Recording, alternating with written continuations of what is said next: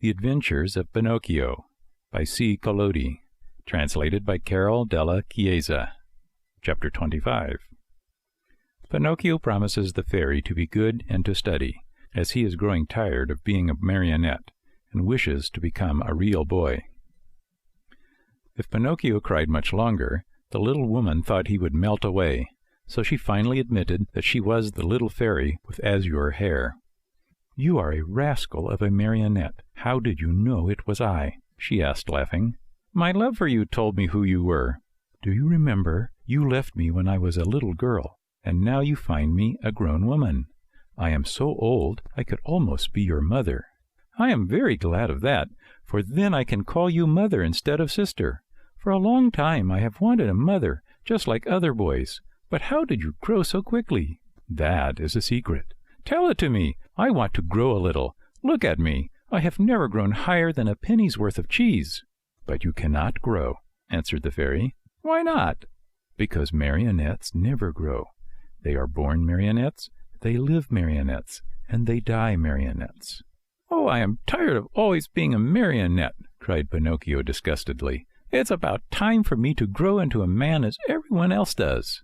"And you will, if you deserve it." "Really? What can I do to deserve it?" "It's a very simple matter. Try to act like a well-behaved child." "Don't you think I do?" "Far from it. Good boys are obedient, and you, on the contrary, and I never obey. Good boys love study and work, but you—" "I, on the contrary, am a lazy fellow and tramp all year round." "Good boys always tell the truth." "And I always tell lies."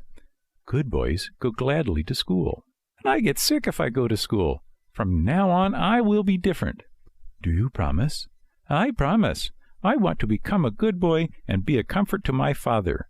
Where is my poor father now?" "I do not know." "Will I ever be lucky enough to find him and embrace him once more?" "I think so. Indeed, I am sure of it." At this answer, Pinocchio's happiness was very great. He grasped the fairy's hands and kissed them so hard that it looked as if he had lost his head. Then, lifting his face, he looked at her lovingly and asked, "Tell me, little mother, it isn't true that you are dead, is it?" "It doesn't seem so," answered the fairy, smiling.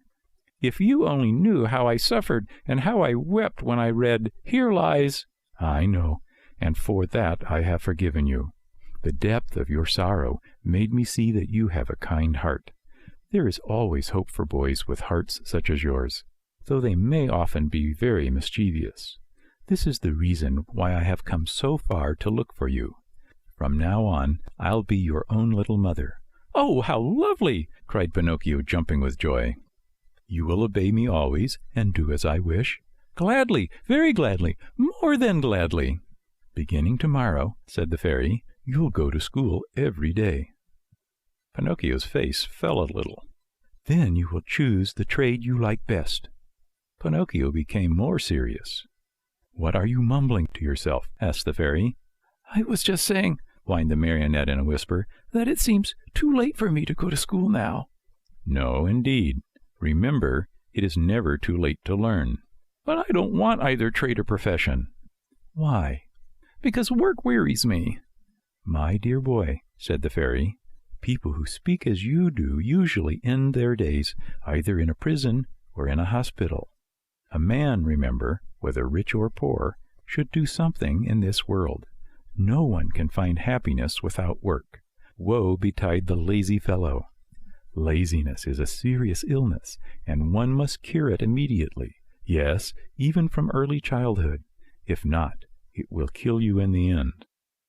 These words touched Pinocchio's heart. He lifted his eyes to his fairy and said seriously, "I'll work, I'll study, I'll do all you tell me. After all, the life of a marionette has grown very tiresome to me, and I want to become a boy, no matter how hard it is. You promise that, do you not?" "Yes, I promise, and now it is up to you."